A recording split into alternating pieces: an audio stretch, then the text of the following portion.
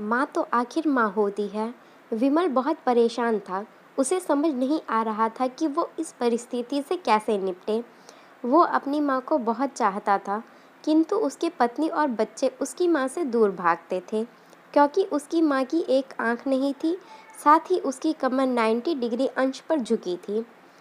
वैसे वह अपने काम सारे खुद कर लेती थी, किंतु फिर भी वह उसकी पत्नी और बच्चों के लिए हमेशा खटकती है।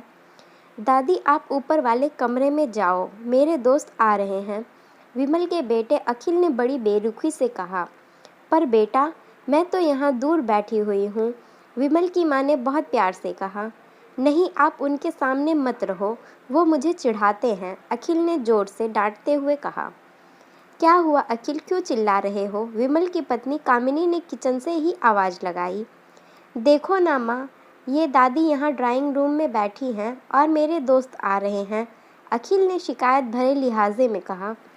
माँ जी, आप ऊपर चली जाओ, क्यों हम लोगों को लजवाती हो? कामिनी ने बेटे का पक्ष लेते हुए कहा। बेचारी सरस्वती चुपचाप उठकर जीने के सहारे ऊपर जाने लगी। कमर झुकी हुई होने के कारण उन्हें ऊपर चढ़ने में बहुत परेशानी हो रही थी, किंतु वो पूरी ताकत से ऊपर के एक अकेले कोने वाले कमरे में जाकर बैठ गई। विमल बाजू के कमरे से सब सुन रहा था। उसे कष्ट हो रहा था कि उसकी माँ को अपमानित होना पड़ रहा है, किंतु वो असहाय था। अगर वो कुछ कहता है तो पत्नी और बच्चे उसका विरोध करने लगते हैं, दूसरे उनके तर्क भी सही लगते हैं। चूंकि वो एक प्रशासनिक अधिकारी था, उसका सामाजिक स्तर बहुत ऊंचा था, उसकी ससुराल भी एक उच्च घराने में थी, अतः वह चुपचाप इस तरह हर दिन अपनी माँ को अपमानित होते देखता रहता था। रात को विमल की पत्नी ने कहा, देखो जी, अब कुछ करो। कल कलेक्टर साहब की पत्नी आई थी। माँ जी अपनी देसी धुनधारा में उनसे मिली। मुझे बहुत शर्म आ रही थी बताते हुए कि ये मेरी सास हैं। मैंने कह दिया कि दूर की रिश्तेदार हैं, इलाज करवाने आई हैं। विमल को रोना आ गया, किंतु फिर भी वह चुप रहा। उसे समझ में नहीं आ रहा था कि वो क्या करे। अपने बेटे के मन स्थिति को सरस्वती अच्छी तरह से जानती थी और बेटे को कोई कष्ट ना हो, इसलिए वो हर बात को चुपचाप सह लेती थी। विमल बहुत उदास रहने लगा। एक तरफ परिवार और सामाजिक स्तर पर जीने की प्रतिबद्धता थी, तो दूसरी ओर माँ। आखिर माँ से अपने बेटे की यह हालत देखी नहीं गई। एक दिन उसने अपने बेटे से कहा, विमल, बहुत दिन हो गए हैं, मैं अपने गांव जाना चाहती हूँ, मुझे वहाँ पहुँचा दो। मेरा यहाँ मन नहीं लग रहा। किंतु माँ, वहाँ तो कोई नहीं है, तुम्हारी देखभाल कौन करेगा? विमल ने आश्चर्य से पूछा। अरे, सब गांव वाले तो हैं ही, और तुम्हारे मामा जी भी तो उसी गांव में रहते हैं, और फिर हम सारी व्यवस्थाएं कर आएंगे ना। कामनी को तो जैसे मन की मुराद मिल गई हो। हाँ बेटा, बहू सही कह रही है, सरस्वती ने लंबी सांस लेते हुए कहा। विमल जानता था कि गांव में माँ की देखभाल करने वाला कोई नहीं है, लेकिन अपनी पत्नी की जिद के कारण वह अपनी माँ को गांव छोड़ने पर विवश हो गया। माँ को गांव छोड़कर आते वक्त उसे रोना आ रहा था तथा अपनी बेबसी पर गुस्सा भी आ रहा था, किंतु परिवार, पत्नी और समाज ने उसके इन मनोभावों को दबा दिया और वो सुकून सा महसूस करने लगा। कुछ दिनों के बाद उसके चाचा, जो अमेरिका में रहते थे, आने वाले थे। जब विमल बहुत छोटा था, उसके पिताजी जीवित थे, तब वो भारत आए थे और उसके बाद वो अब भारत आने वाले थे। पूरा परिवार और आस पड़ोस बहुत उत्साहित था। अमेरिका से विमल के डॉक्टर चाचा आ रहे थे। डॉक्टर रमेश ने जैसे ही घर में कदम रखा, सबने मिलकर बहुत उत्साह से उनका स्वागत किया।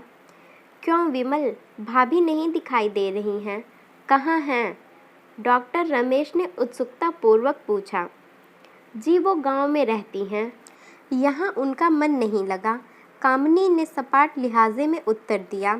डॉक्टर रमेश ने विमल की ओर देखा तो विमल ने अपनी आंखें झुका ली। डॉक्टर रमेश सब समझ गए। बोले, कल हम भाभी से मिलने गांव चलेंगे, सब लोग। दूसरे दिन सभी लोग गांव के घर में पहुंचे। देखा कि सरस्वती को बहुत तेज बुखार है और वो पलंग पर असहाय पड़ी है। डॉक्टर रमेश दौड़कर सरस्वती के पास गए, उनके पैर छूकर रोने लगे। सरस्वती की ये हालत उनके कल्पना से परे थी। वाह बेटा विमल, तूने तो आज नाम उजागर कर दिया। अपनी माँ की ये हालत देखकर तुझे तो शर्म भी नहीं आ रही होगी। डॉक्टर रमेश ने विमल को लगभग डांटते हुए कहा।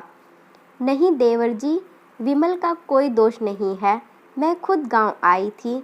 सरस्वती ने अपने बेटे का बचाव किया। मुझे सब पता चल गया भाभी, आप चुप रहो। क्यों बहू, तुम्हें अपनी सास की कुरूपता पसंद नहीं है? समाज में तुम्हें नीचा देखना पड़ता है ना? डॉक्टर रमेश ने कामिनी की ओर व्यंग से देखा।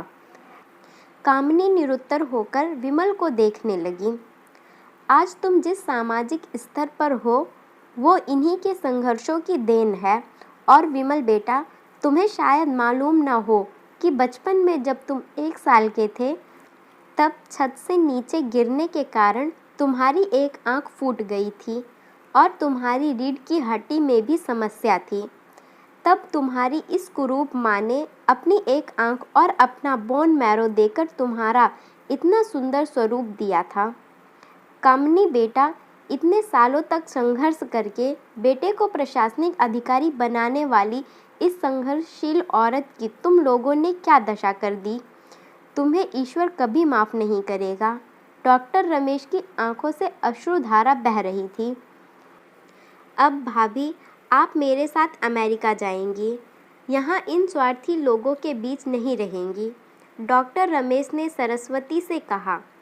विमल को तो काटो तो खून नहीं था। डॉक्टर रमेश, जो उसके चाचा थे, उन्होंने जो राज बताया उसके बाद तो विमल को यही लग रहा था कि उससे ज़्यादा पापी इंसान इस दुनिया में कोई और है ही नहीं। वह दौड़ता गया और माँ सरस्वती के कदमों से लिपट गया।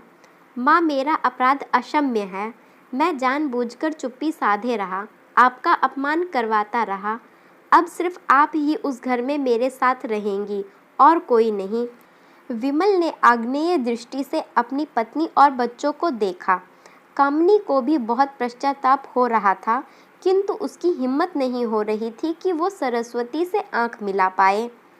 सरस्वती ने कामिनी की मन स्थिति को समझकर उसको पुचकारते हुए अपने पास बुलाया और विमल को डांटते हुए कहा, खबरदार, जो मेरी बहू को मुझसे अलग करने की कोशिश की तो तुझे भी घर से बाहर निकाल दूंगी।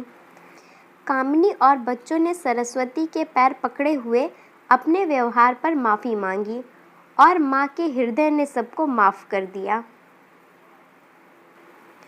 स्टोरी पसंद आई हो तो please like, share and subscribe.